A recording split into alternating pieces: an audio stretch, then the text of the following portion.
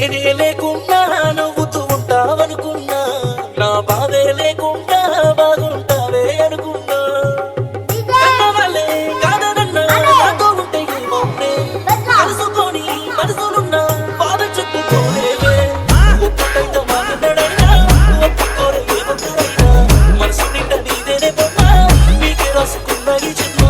ఒక్కటైతే మాట్లాడైనా ఒప్పుకోలే ఏమొక్కరైనా, మనసు నిండా నీదేనే పొన్నా నీకే రాసుకున్న ఈ జన్మ.